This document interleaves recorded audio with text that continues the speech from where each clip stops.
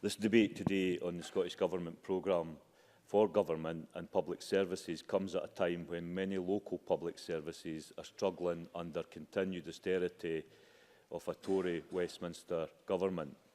So I would want to acknowledge at the outset that it is a bit rich for the Scottish Tories to keep demanding more money to be spent on public services while supporting continued austerity and proposing tax cuts for the very richest in our society.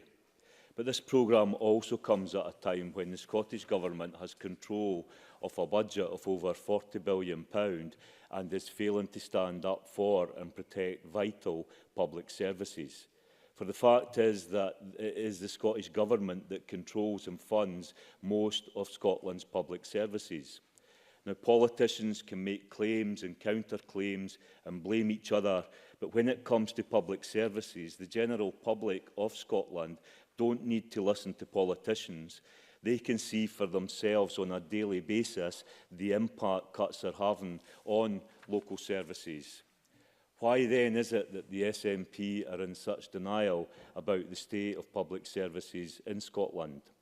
Yesterday I read a quote from the Deputy First Minister where he said, and I quote, "We are determined to do more to ensure that our public services deliver for communities and major reforms are underway to improve systems and tackle inequalities." Is it not incredible that after 11 years of being in government, of being in charge of our public services, the SNP seem to think the problems are with systems? It is not systems or structures that are causing the problems in local services. It's the fact that £1.5 billion has been taken out of local budgets over the last 8 years. The SNP say they want to empower people, put more power into the hands of people. I see that as code for more cuts, less services, a kind of do-it-yourself approach to public services under the guise of community empowerment. Let me take one example from the programme for government. Invest up to £4 million across all of Scotland to ensure head teachers have the skills, support and expertise they need to be in charge of the key decisions in the life of their schools.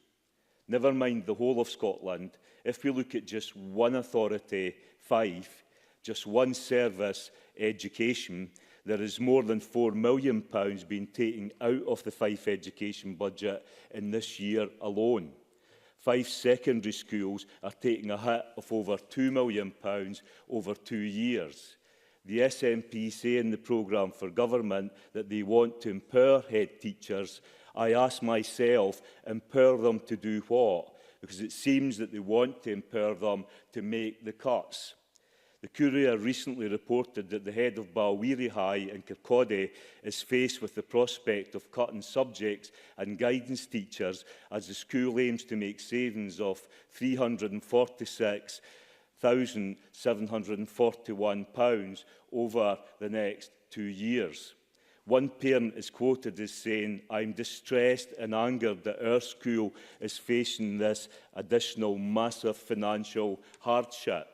Fife EIS have warned that cuts to many of the region's secondary schools will damage the delivery of services. The programme for government states we want to be the best place in the world to grow up, and that means ensuring every child has an equal chance to succeed. I agree with that. But for head teachers, parents and pupils in Fife secondary schools, this seems just like rhetoric, far removed from the reality that they are facing right now with the budget cuts in Fife secondary schools. So whilst there are many initiatives to welcome in the programme for government, when it comes to public services, there is too much rhetoric. The reality for head teachers and teachers across Fife is they are consulting on how to make hundreds of thousands of pounds of cuts to their school budgets this year and next year. It was a former United States Education Secretary that once said, even in a time of fiscal austerity, education is more than just an expense. Is it any wonder that dissatisfaction with public services in Scotland is getting worse, where we have these kind of cuts taking place in 5 secondary schools? Education makes up more than half of the most councils' budgets, so you cannot continue to cut council budgets and then pretend somehow it is having no impact on the education of our children. That just does not stack up, and parents know that to be the case.